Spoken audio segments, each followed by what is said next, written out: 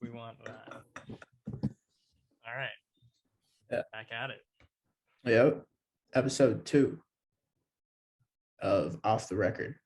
Exactly. And we're here on the We're record here. talking On to the y'all. record. On the record, off the record. Whatever it is. Absolutely. How are you, Tate? I'm good. Yeah. Yeah. You know, I me was some. thinking about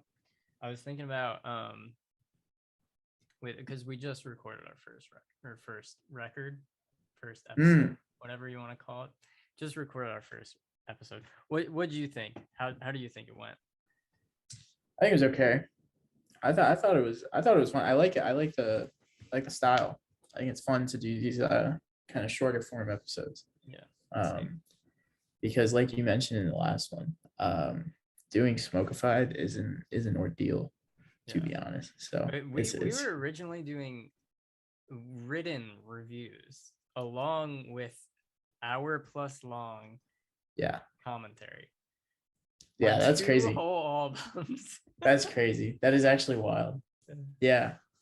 I mean, it's a good idea. To be fair, I don't want to knock the idea. At that point, we were both. I think we were both in. I was still in college, and it was the summer, so I didn't have anything else to do. Yeah, I just graduated. I was pretty free too. So yeah. So but now we're working. Yep. That's for better or for worse. I mean, we make money, so I mean that's a plus. But that just means you got to pay like, what is it? How much is gas for you? $5.50 here. Yeah, fuck that, bro. Yeah, that's fucked up. I saw gas prices hit $4 here, and I got concerned. Yeah. So, man. Anyway, probably only gonna get worse too. Oh, it'll 100% only get worse. I saw. Not to turn this. There's a new train in San Diego. Oh yeah. I'm gonna start taking the train. That's true. And by saying I'm gonna do that, I mean I'm probably gonna not do that for another few weeks because I'm lazy.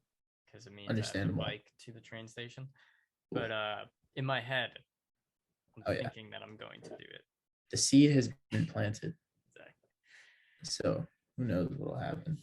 My thoughts on our first iteration of the podcast. Originally, I was thinking I'm really happy that we have a hobby and an interest that's interesting, and that's music, and we're not doing a podcast that's analyzing the psychology of men and women or something, deciding why men are better than women. True. A few days after International Women's Day. You ever? But then we finished the podcast with talking about hair drying our balls. So yeah, well, I mean, I think that's positive masculinity, right? We're both in the BBD now. So BBD, I don't know what that means. The BBD guild, the balls blow drying guild. Mm-hmm. Yeah, so I mean, had to do it the one time. Anyways, it was good. Something. Well, I didn't want to derail us too much, so we'll just move on. Save it for the end. Yeah. All right. It will be saved. So, all right. Do you have a song for me? Yeah, Tate. I have a song for you. And I'm almost 100% sure that I've shared it with you before, but I cannot remember what you said about it or if we even talked about it. So that song is going to be Heavenly Father by Isaiah Rashad. Is this off of Sylvia Demo? This is off of Sylvia Demo, which was his first album / no, not his first mixtape, but definitely his first album. His first album with Top Dog Entertainment. Same label as Kendrick Lamar. And should we go ahead and give it a listen? Let's do it. All right, let me pull that up for you. I have not listened to this in a long time. Oh wow, that was great. Picture of Bo flashing up. God, that was weird. Oh yeah.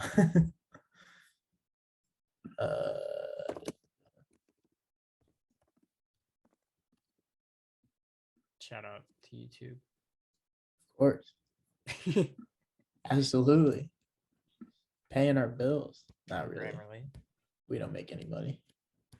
If we get over 1,000 subscribers, we can monetize. Really? Is that gonna be Yeah. a problem with me drinking Sprite? I'm addicted. I mean, as long as you put hashtag ad, you're fine. Hashtag ad. Yeah, you got to put it in the whatever the fuck. Wait, I can't hear anything.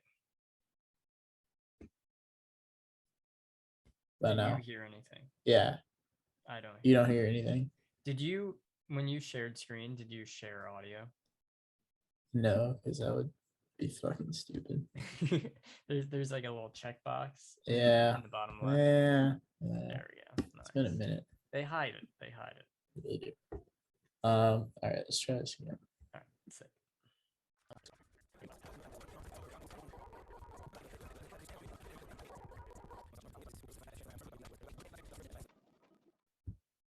So yeah, that was the song. That was sick. That was like my favorite Isaiah Rashad song that I've heard. See, okay. Before I get your thoughts on it, I'll say a couple things about the song. So Yeah. this is my favorite song like ever. Isaiah Rashad is my favorite artist. This is my favorite song ever.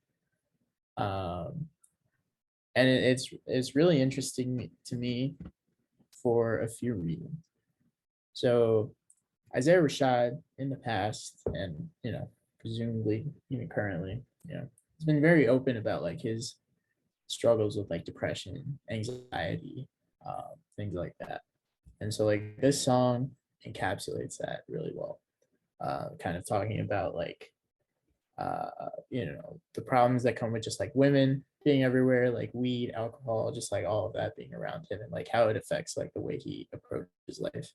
And it's just really cool to hear that. A lot of artists like do that, but like this is I've never heard it done in like this way from like a rapper. So it was really interesting to me for that reason.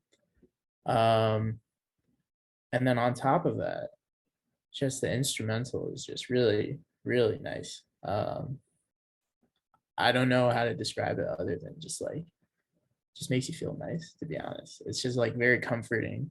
And then you have like a chorus, which is just like angelic almost. And I really love that. But anyways, I want to hear your thoughts. So tell me what you thought. Yeah. I mean, just talking about like what you were saying lyrically, like I really like the flow of the first two verses. But like that was enough. That was like the perfect amount of time to have just those two verses. And I thought he was gonna go into a third verse with the same flow, and I was like, it might be stale at that point. But he didn't. He went into this like different, more like talking flow, and like it was very open and honest lyrics about like all the things that you're talking about, and it stands out for that reason because like there's like the instrumental breakdown and just the way he's like delivering the lines. It makes the lyrics memorable. It makes like that like his voice as well very memorable. It's not like this is just any R&B artist. It's like I'll remember that this is an Isaiah Rashad song, and yeah, everything that you said, it's just a very pleasant listening experience. That was also a Yeah. really nice music video too. Just like Yeah. Good visuals, Mhm. complemented the song very well. Absolutely. Yeah. Yeah, no, it's just like I don't know, like the subject matter is very like it's very, very personal, Yeah, but like it's just a very nice, like pleasant song to listen to, even despite that somehow. Yeah, I'd like to at some point look at the lyrics a little bit deeper. I think he was talking about like his father, and I mean, the name of the song is Heavenly Father. Yeah. I don't know much about him or his life, but yeah, I don't know if like some of that was like some of his struggles with his family. Oh, But yeah, like I like Isaiah Rashad, but of everything that I've listened to, that's like immediately that's my favorite song that I've heard, and like the other stuff is great too. I don't know why that didn't stick with me after listening to Silvio demo. I think my musical interests have changed and like oh yeah. more more so now I like R&B than I used to. It's probably 3 or 4 years ago at this point that I listened to Sophia demo. Yeah. So it's been a while. Makes me want to go back and listen. That was good. That was really good. Yeah. No, I'm glad you liked it. That's great. Yeah. And I'm glad you brought up that third verse. I think that third verse where he's just kind of like almost just like talking to you, is a really, really good verse, just like technically speaking and just like subject matter. Yeah. And like you like sit down and think about like how hard it is to write a song, and like I don't know. I listen to that song, I'm like, man, this guy's just putting it all together. And it's really honest, cool to see. you know. That, Yeah. Like you can hear in the lyrics that like came from a real place. That wasn't like, you know, him faking anything. It's just cool. It's always great to hear that from something. That was great. Yeah. Yeah. No, awesome. I'm really glad you enjoyed it. Great. Well, that'll wrap up the music section. Hell yeah. Should we talk about other important things, Tate? You said that you have some discussion point that you I gotta start thinking of things because you had things. You brought 2 things to the table and I brought 0. Well, I mean, next week it's all on you. Yeah, so this is a very popular debate on social media right now, or maybe just my corner of the internet that I kind of lurk around in. Have you heard about? I feel like you must have heard about this. The doors versus wheels. Oh yeah, I saw this earlier today. Okay. Because like in the span of literally 6 hours, my entire viewpoint on this has changed.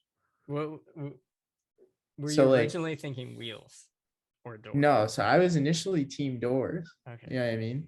And then I talked myself into being team wheels. So some background, if anyone doesn't know, huge thing going around on social media is like, how many are there more of in the world? Is it doors or wheels? And I had initially thought doors, right? And my first thought was like, think of how many like apartment buildings, hotels, skyscrapers, all these doors, all these rooms. Like, how could you compete? But then you start thinking about how many wheels are in these fucking places. All right, man. Think about it like a big skyscraper office building. Think about how many fucking doors are in there. Now think about how many office chairs are in that bitch. Okay? And each office chair's got like, I'm sitting on 5. I'm sitting on 5 too. Like, that's 5 fucking wheels. Think about how big a door is.